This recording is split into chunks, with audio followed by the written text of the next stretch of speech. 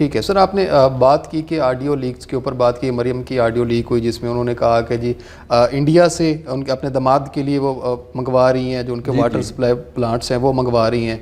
फिर पेट्रोल की प्राइस की बात की, तो मेरे ख्याल से 3-4 ऑडियो खान साहब की भी लीक हो चुकी, जिसको साइफ़र के ऊपर खेलना, उसके मिनट्स बढ़ाने, उसके बाद फिर उनकी स्टोरी जो है अमेरिका का नाम ना लेना, ये बहुत सारी कंट्रोवर्शियल चीज़ें हैं जो इस टाइम चल रही हैं। शायद इसके ऊपर हम बात करते हैं, लेकिन लेते हैं नाज़रीन यहाँ पे एक ब्रेक, मेरे साथ रहिएगा।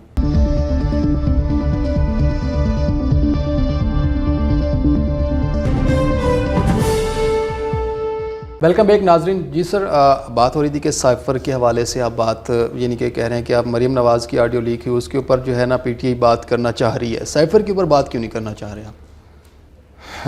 भुट्टो साहब, बात ये है कि साइफ़र अब मैं इससे पीछे चला जाता हूँ। मुशर्रफ दौर में अमेरिकन ने कहा कि हम आपको बिल्कुल ज़मीन बोझ कर देंगे, ये भी कर देंगे, वो जी यही साइफ़र है। और क्या साइफ़र है?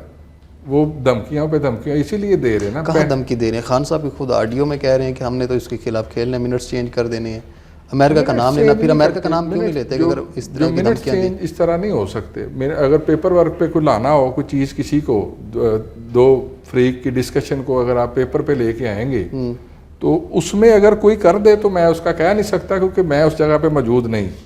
पहली बात। दूसरी बात यह है कि अमेरिका ने जो धमकी दी वो तो नज़र भी आया हमें, वो मुशर्रफ दौर में भी हमने देखा कि किस तरह के अभी तो नज़र नहीं आया। कौन सी किस अभी नज़र, ये हमारे कितने लोग पैसों के एवज छोड़ के चले गए। कहाँ? तहरीक इंसाफ छोड़ के चले गए? तहरीक इंसाफ ही छोड़ के चले गए ना। जिन लोगों ने पीटीआई को छोड़ा, तो उसके ऊपर खान साहब को उतार के कोई प्रूफ शहबाज शरीफ साहब को ले आए।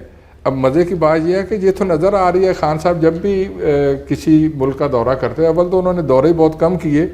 उन्होंने कोशिश की कि पैसे का इस तरह ज़िया ना किया जाए। और मैं आपको एक ये बात हल्फन कहता हूँ, मैं वो बंदे का नाम नहीं लूँगा, लेकिन मुझे सीएम जो बुज़दार साहब थे, एक जगह पे लाहौर बैठे हुए ऐसा भी इत्तेफाक हुआ कि वो वीमेन डे पे उन्होंने कहा कि जी आपने आना है, मैं उसका चश्मदीद गवाह हूँ। तो उन्होंने कहा कि जी बेजा जो मूवमेंट है उस पर पैसा ना ज़ाया करो।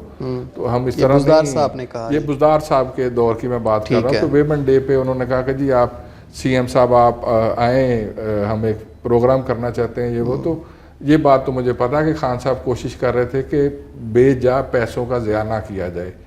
जी अभी जो शहबाज शरीफ साहब अमेरिका गए, मुझे दुख होता है कि हम आम इंसानों की तरह रह रहे हैं, तो हमें क्या ज़रूरत है महल्लात की ख्वाहिश करने की? ये लोग महल्लात में रहने वाले लोग हैं, ये आम तरह ज़िंदगी गुजारना इनके बस की बात नहीं है। सर खान साहब तो हुकूमत में ना होते हुए भी सरकारी प्रोटोकॉल ये इस्तेमाल कर रहे हैं। वो इसलिए कि अगर सीएम साहब साथ जाएंगे, अगर केपीके के सीएम या जो हाई प्रोफाइल लोग हैं उनके साथ मूवमेंट होगी, तो वो फिर वो चले तो साथ ही जाना ना, वो अपने लीडर के साथ। तो वो ये नहीं है कि वो खान साहब उनकी गाड़ी में बैठ के जाते हैं या वो उस तरह की चीज़ें। मैंने कभी भी नहीं इस तरह देखा। मूवमेंट में जब लोग साथ जाते